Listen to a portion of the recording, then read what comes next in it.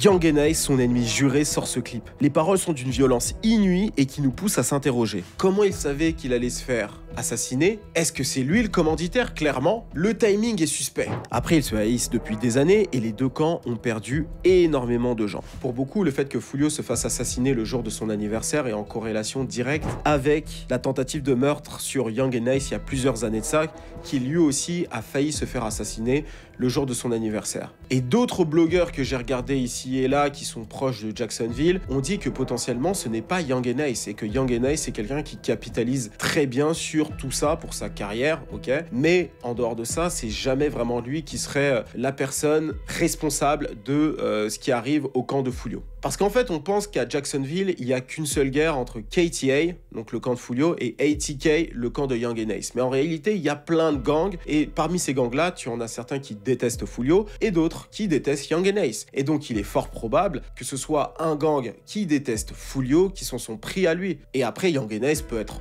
au courant, on ne sait pas, ou ça peut être un gang qui est affilié ou qui est pote avec le gang de Young N.A.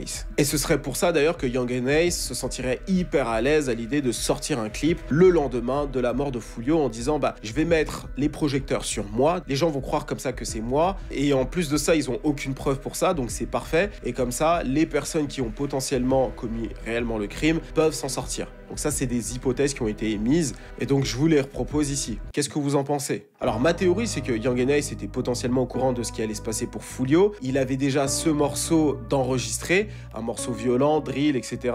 Et en fait il avait même le clip, et donc lorsque c'est arrivé il a sorti le morceau avec le clip.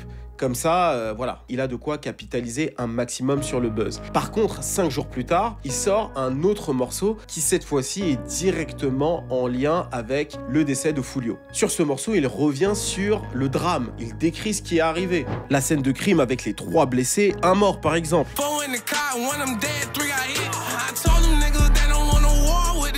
Il commence aussi le clip avec une bouteille de Don Julio, donc on sait à quoi il fait référence. Et globalement, lorsque tu écoutes le morceau, il répète beaucoup de choses que tu as entendues dans les news. Donc je me suis réveillé à 5 h du matin, on m'a appris ce qui s'est passé, 3 personnes blessées, 1 personne morte, etc. etc. Donc globalement, dans ce morceau-là, donc, il se moque directement des concernés. Et il a sorti ça en 5 jours, donc il a eu le temps d'enregistrer le morceau, de faire le clip, quasiment au même endroit, donc clairement là voilà, on sait que ce morceau là est dédié à Foolio. Alors je vais suivre de loin ce qui va se passer dans les prochaines semaines et prochains mois à Jacksonville, mais ça m'étonnerait pas qu'il y ait un RICO qui tombe. Et si un RICO tombe, Young N.A va se retrouver dans le RICO parce qu'il y a tellement d'antécédents, il y a tellement de morceaux où les deux s'insultent, le FBI regarde un petit peu tout ce qui se passe, donc je pense que les choses risquent de mal se finir pour ces deux camps là, on verra ce qui va se passer.